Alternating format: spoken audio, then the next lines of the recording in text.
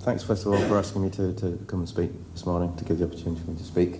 It's really interesting that you finished on that point, because as one of my many roles, I'm one of the UK experts on that same committee, dealing with specifically Working Group 4, which is the product data dictionary side of things. And you'll see, hopefully, in some of the presentation here, why it is important to get involved in those standards committees, because, as Noel said, otherwise, if you're not involved in those committees, it can kind of run away from you, if you like. It's best to be in there.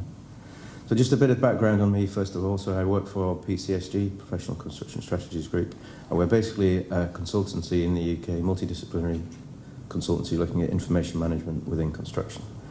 We're not just, we don't just have BIM expertise. One of the key areas for us is also coping with social and cultural change as a result of these technologies that are coming on board now.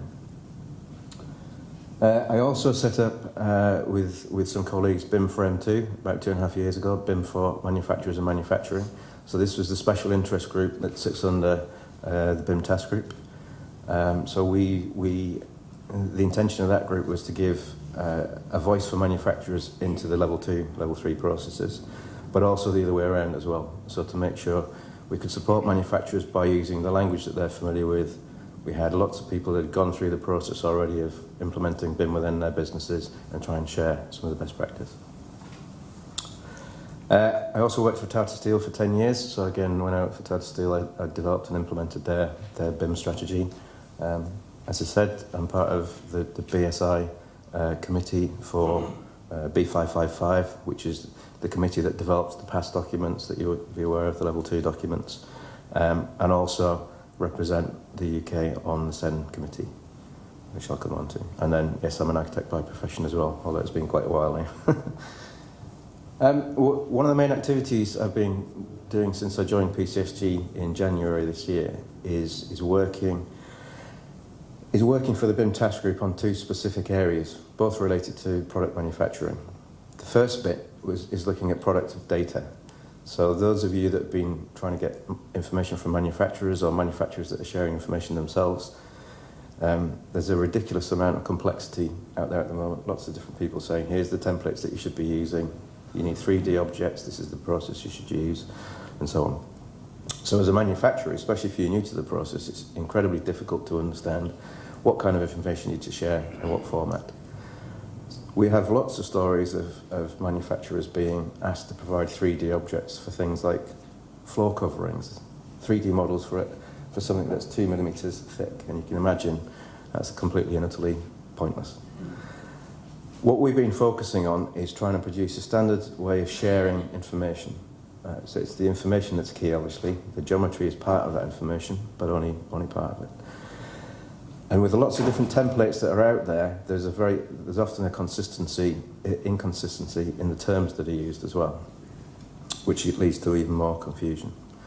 So we wrote the product data definition document, which is basically a technical specification and the starting point for a past document in its future life. So this was just setting the process. This is the kind of information that we need to be sharing and why. I'll go on to that in more detail. Lexicon is the first implementation of that. So this is directly through the CPA, the UK's Construction Products Association. So they're leading that now as a way of sharing, defining information. The second piece of work, which is being launched today, so this is the first time some of this is being presented, is a document on the future for construction product manufacturing, all to do with digitisation. So the basic remit for that report was to say, in 2011, this was the UK construction product sector. As a result of the BIM programme and the increased awareness of data, sharing of data, this is where we are now, 2015, 2016, and then this is where we can go to in 2025. So there's a lot to cover there, but we'll go through. So one of the first principles for me, in terms of a manufacturer sharing information, is that it needs to be a two-way process to share information. We were just discussing at the table before, a lot of manufacturers, when the BIM programme first started, wanted to be leading leading their sector, so they went out and got BIM objects from lots of reputable suppliers. The problem with that is not necessarily understanding what information you should be sharing, but also the value of that information to you as well as to the people that you're sharing it with. What we're talking about here then is, instead of throwing information over the wall, if you like, to say, here's the information, go off and you use it as you will, it needs to be a two-way exchange of information, because there's a lot of information that manufacturers themselves can benefit from getting in return. Things like to reduce lead times and so on, so I'll come on to some of that, but it needs to be a two-way process. So we came up with a simple process here of request for information, response for information. Basic principles that we'll all know from construction in previous life. And then we came up with the analogy of what we call product DNA. So the intention here is to look at the information as it flows through the whole construction process. Another issue with some of the templates that are out there previously, still out there, is that they're often templates for a specific moment in time, and then they don't necessarily allow translation of information or flow of information from one stage to the other, which I'll explain in a bit more detail. The other thing here was trying to provide a simple language for exchange of information. So the two strands that you see here, the red one is information that we're requesting. The idea here is that if you need information, you should be able to ask for information in a language that you're familiar with and comfortable with. So in other words, you know exactly what it is that you're asking for. The blue strand is where the information is being provided as a response to that, and it needs to be a direct response to those questions, those plain language questions. That information again should be provided in a language that you're familiar with, and the two are generally different languages, different terms, terminology. So this is where things like IFC and information exchange come in. It's the bit in the middle. There's often been too much focus on using the terms in IFC and other formats, and COBE, for example, which for many is trying to learn a new language to describe the information that they already know they need, or they already know that they need to provide.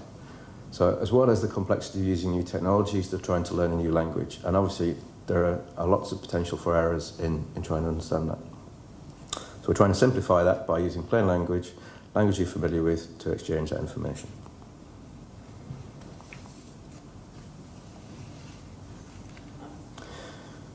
In terms of product or life cycle stages as well, the other thing that we're looking at, again, is to make sure the information can flow all the way through the life cycle of an asset.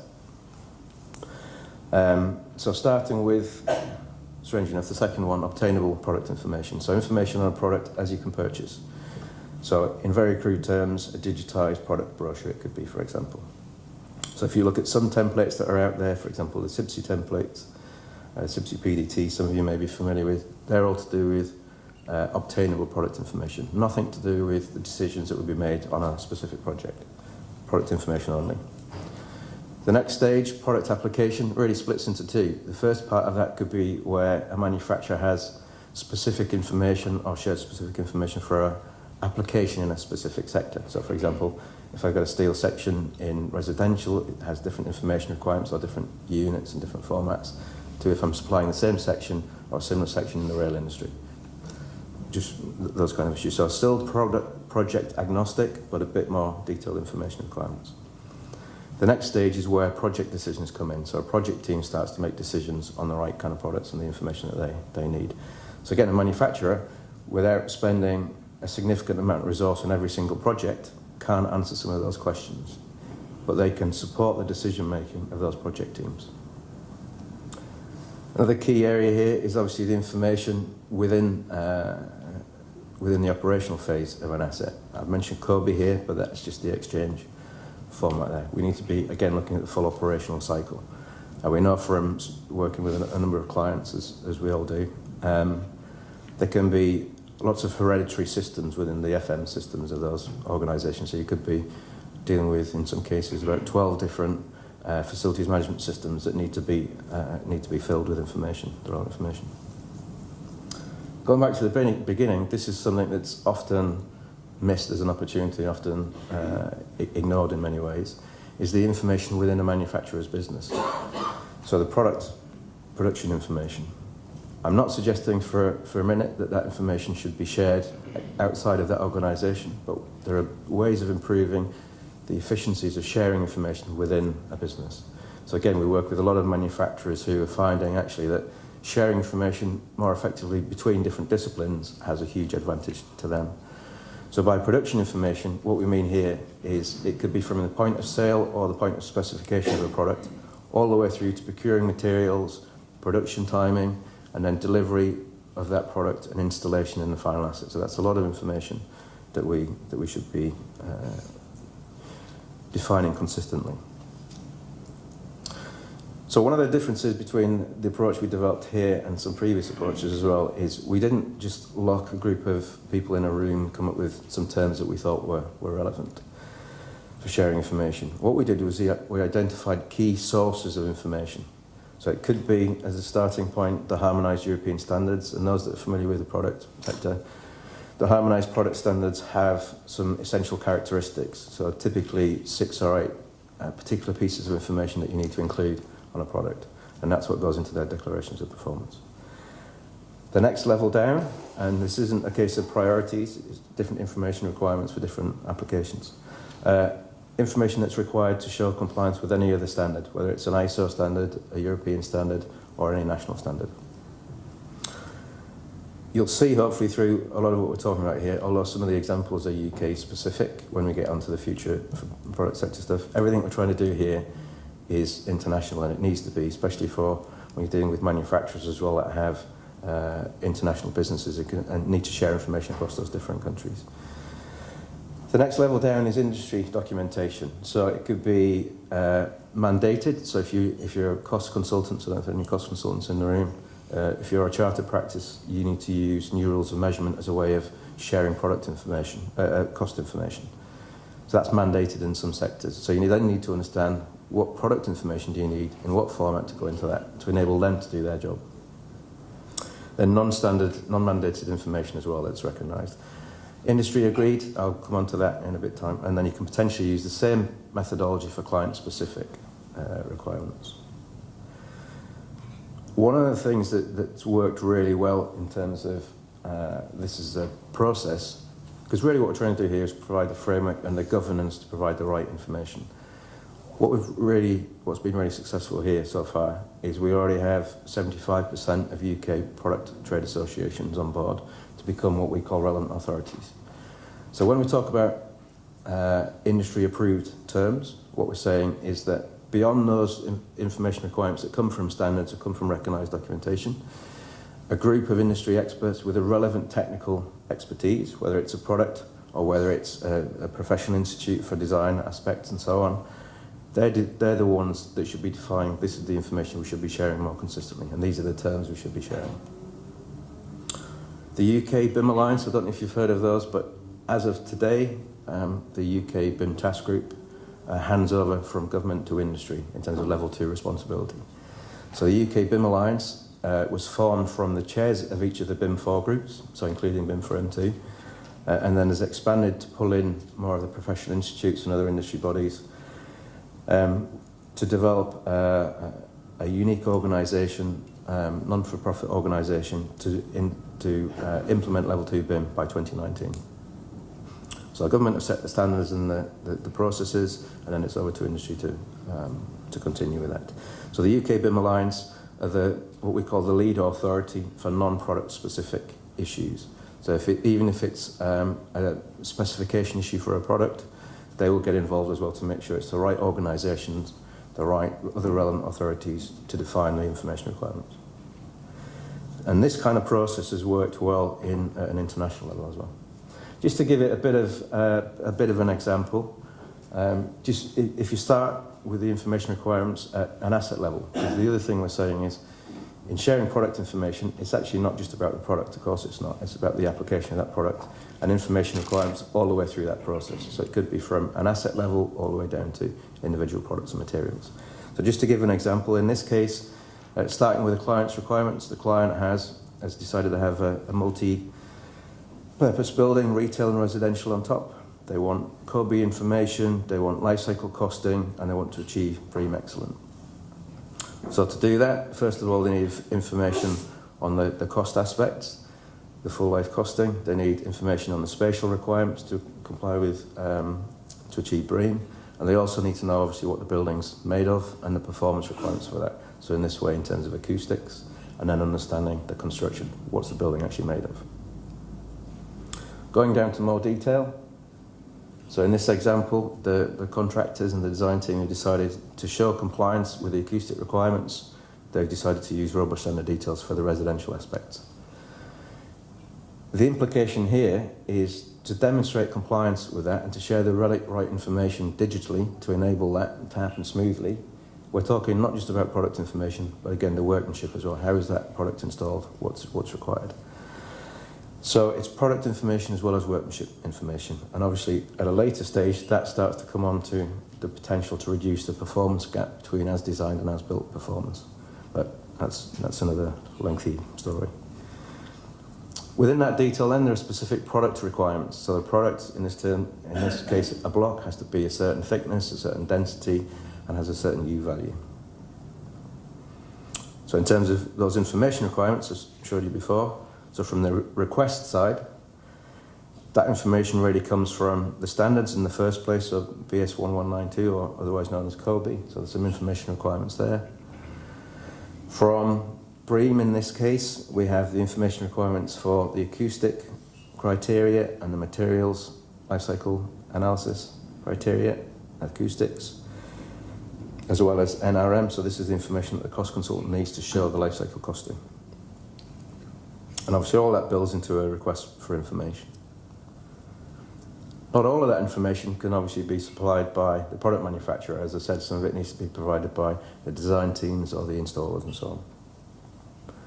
So looking at it from the other side, if you're just a block supplier, the information that you should be providing partly comes from the harmonised European standards, the construction product regulations. But there'll be lots of other terms from your trade association in this case, that the trade association, so these are the terms that we typically share information with. Using this logic as well, because we've effectively got a significant data dictionary, a dictionary of terms that we can be using that are approved by industry. And they're approved by industry not just at the template level, but at each individual line of information level. So that enables you as a manufacturer then to share additional information if you want to, but using a consistent language. So the templates can vary in size and shape, but they're always providing consistent information. So in this case, excuse me, not all the information that a manufacturer would provide on a product is relevant to a specific application. So in this case, it's a response for information based on those requirements. And here's where lexicon or the product data definition comes in. It's the exchange between those two formats there. So the vertical line of small dots you see there, that's the information exchange, or what we call the core properties. Those of you familiar with IFC, you'll know that there are plenty of gaps within IFC. It's a useful tool, but there are plenty of gaps within there still, and they're still working on filling some of those gaps. So whether it's IFC or COBE, which is obviously a part of it, we need common terms to map to enable that exchange to work. You can see where there is a direct exchange already, the information can flow from the product manufacturer side all the way through to provide the responsive information. But the other thing here is we can use this process as well to go the other way. So we can start to use it to identify where the key gaps are in terms of product requirements to meet a response. So if you as a cost consultant say to a manufacturer, I need this information to comply with, to meet my requirements in terms of NRM, there's a good chance that the manufacturer won't know what NRM is in that level of detail. Through this process, that doesn't really matter. All the translation is done for you. So we're working with the RICS in this case, who are effectively the owners of NRM. We're working with the product side to make sure we can do that exchange correctly. At European level, so the SEN side of things, so on the working group 4 is the data dictionary side, as I mentioned, and we're very active at the moment in terms of developing new standards. So we have a work item at the moment, which is the first step towards going towards an agreed standard. We've had 3 meetings so far, and the first one we presented lexicon, and we had unanimous support for that as an approach, because then again it provides a lot of consistency across the patch. The French have something called PPBIM, or XP, an experimental standard, which is along the same logic. So it's basically providing the governance that we need to make sure it's the right terms that can be exchanged. Again, a lot of you are probably familiar with the Building Smart Data Dictionary, which is from Building Smart International, and it's a way of, it's a source of information that can enable translation between different languages. The difficulty with it, because it's great in principle, the difficulty with it is it's incredibly difficult to get information into the Building Smart Data Dictionary to make sure it's the right terms that are being used. And also, once it's in there, the governance of it isn't very good because they don't have the funding necessary to manage it. So what we're trying to do here with Lexicon and with the French approach and so on is pull together to provide an international set of governance from industry to make sure the terms in the Building Smart Data Dictionary are the right terms to be using. We hear from a lot of manufacturers internationally as well, specifically in the electrical field, about things like ETIM, which is another way of exchanging information, or coins, which is largely used by the Dutch. Both ETIM and coins are fully supportive of this approach now, so they're on board with the same kind of approach. So this is likely to be the way at the moment, and it's moving quite quickly, that we start to share information more consistently in the future. So Lexicon will be available, free to use for anyone to define information requirements, to produce templates, or to use templates that are already approved by those relevant authorities. It'll be available through the CPA's website in the coming months. If you go on there, I think next week it'll be up on there. There'll be the initial information, source of information as to how it's progressing, but it won't be long now before that's up and ready.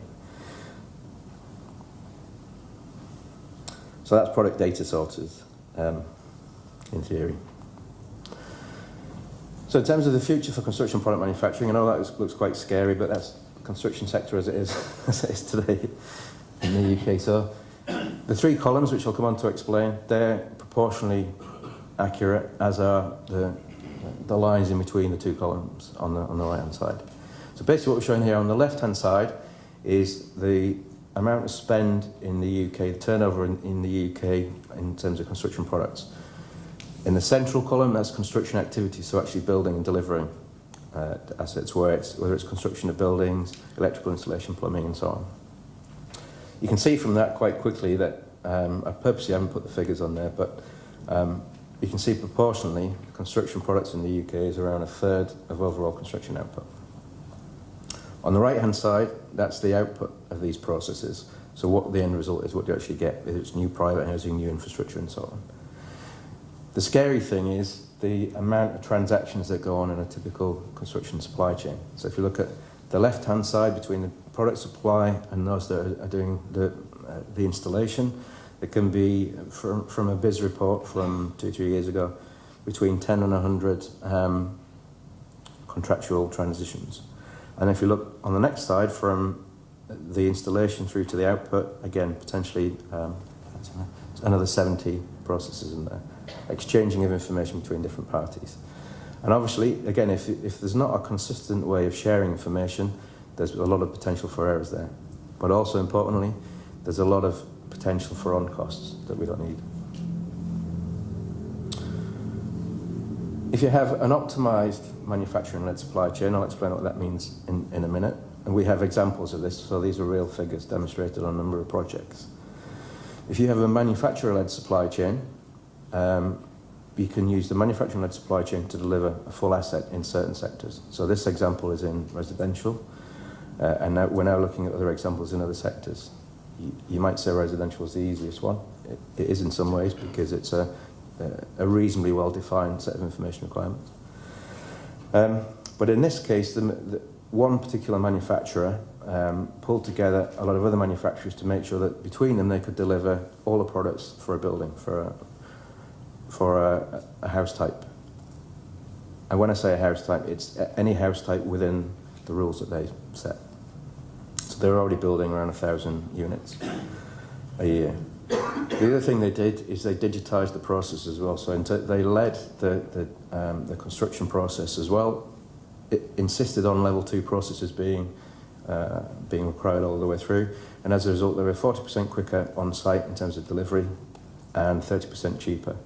So they did very good comparisons actually between costs at the beginning through the same contractor. What would it take to deliver this building in a traditional format using exactly the same products, exactly the same specifications, as opposed to doing it this way. And this is where they come up with 40% quicker, 30% cheaper. What people are often surprised by when I show this, though, is this has nothing to do with off-site manufacture, pre-manufacture. All those savings is to do with optimization of logistics and supply chain and processes, installation processes, nothing to do with pre-manufacture. So you can imagine if pre-manufacture is used effectively, it can add to those savings as well.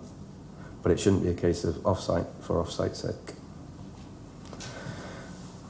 The next thing, again, looking ahead to 2025 then, as you can see, there's a significant amount of things going on.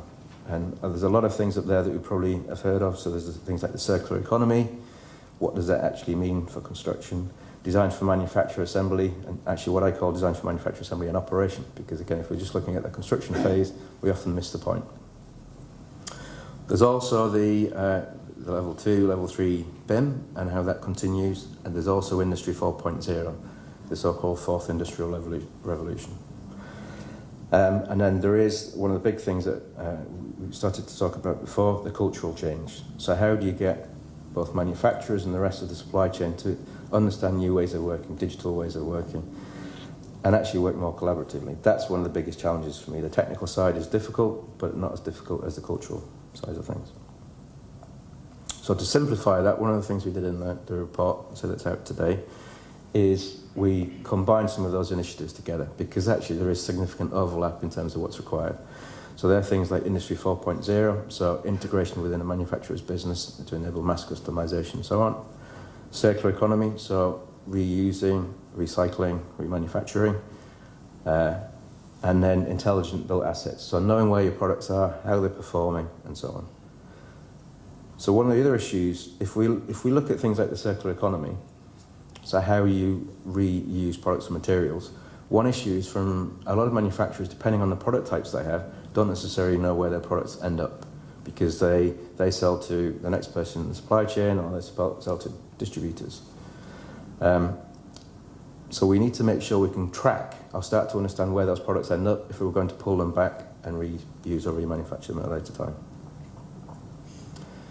So one diagram, just to try and explain some of this in a bit more context. If you look at the red arrow shape there, if this is the start of a delivery of a construction project, so the strategic decision to say we need a new building, we need a new piece of infrastructure, whatever.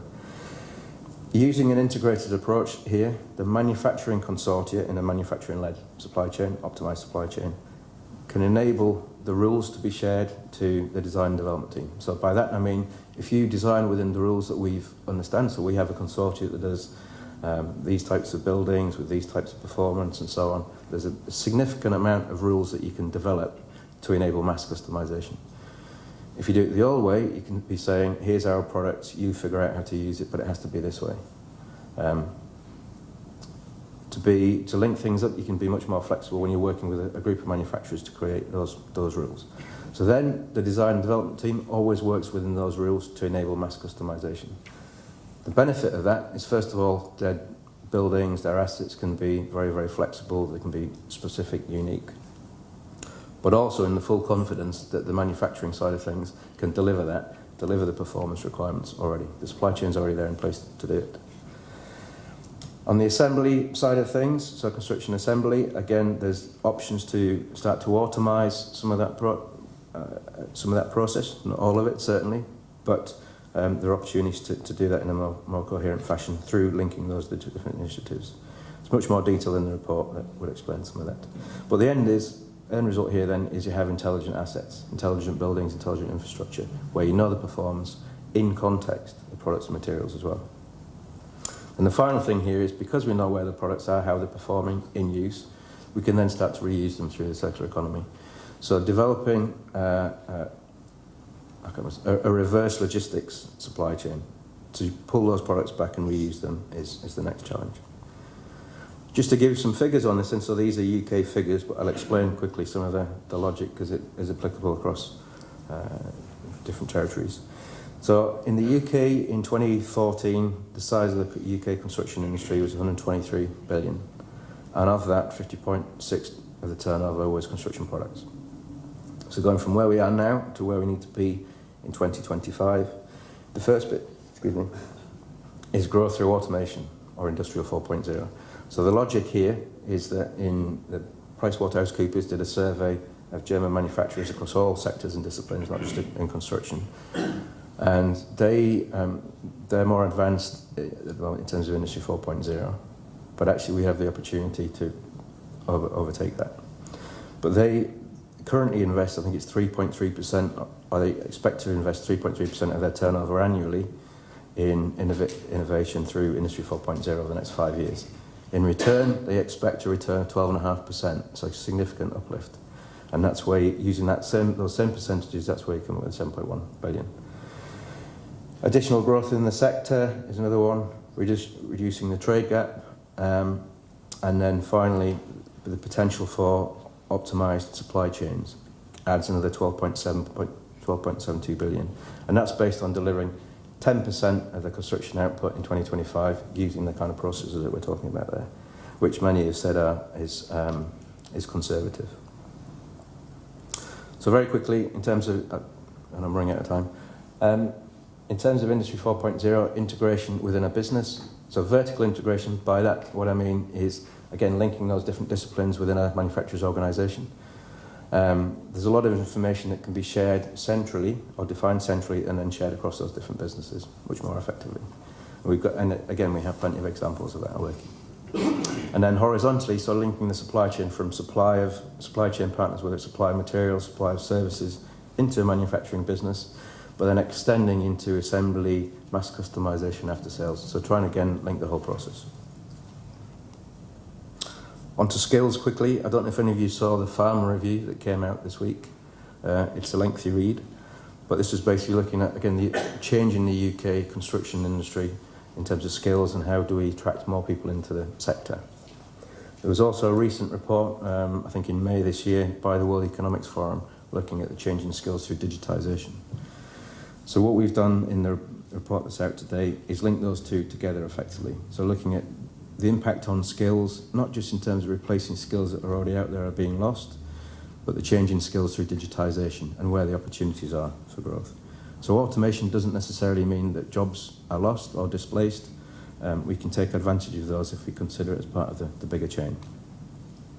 So the figures that that we've used here, one of the things for me, again, in terms of the cultural change, the first bit that we mentioned, in terms of changing roles and skills, the figure of 65% of children entering primary school today are going to end up in jobs that don't currently exist. So that's quite a scary thought when you think of we're still continuing to train in construction for the same jobs that we've been doing for a long time. We're not really yet looking at the individual skills that are going to be required in the future. We don't know for certain what those skills are going to be, but we've got a good idea. In terms of percentage of jobs affected by automation, so there's some figures out there that suggest in construction it could be 40% of jobs that are impacted by automation, fully automated jobs.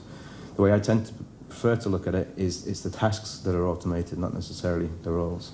So some will be significantly impacted, and using the figures that we've worked on with others, that's around 25% of the jobs will be significantly impacted, which means around 70% or more of the tasks that they undertake will be automated or likely to be automated in the next 10 years. In terms of skill levels, I really don't like the way that they focus on skill levels in the UK, or the way they define them, but it's basically elementary school education for level 1 up through to professional disciplines as level 4. But you can see where the big changes are likely to occur. It's in those lower levels of skill where the automation is likely to have most impact.